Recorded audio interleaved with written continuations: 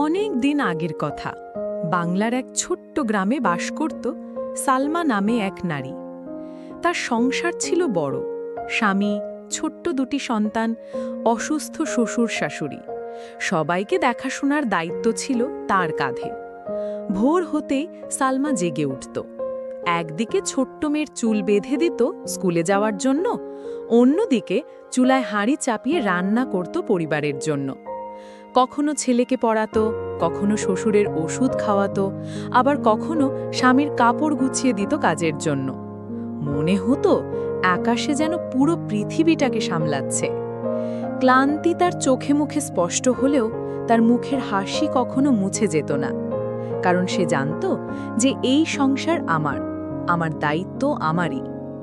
গ্রামের মানুষ মাঝে মাঝে অবাক হয়ে বলতো, আরে সালমা, তুমি একাই এত কাজ কিভাবে সামলাও?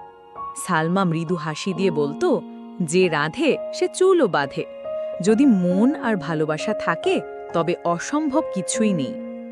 সময় গড়িয়ে গেল, তার ছেলেমেয়েরা বড় হলো, পড়াশোনায় ভালো ফল করল।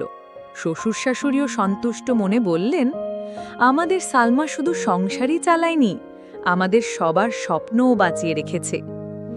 এই গল্প আমাদের শেখায়, ১. জীবনের কষ্ট যতই হোক, ভালোবাসা, ধৈর্য আর পরিশ্রম থাকলে মানুষ একসাথে অনেক কিছু করতে পারে। ২.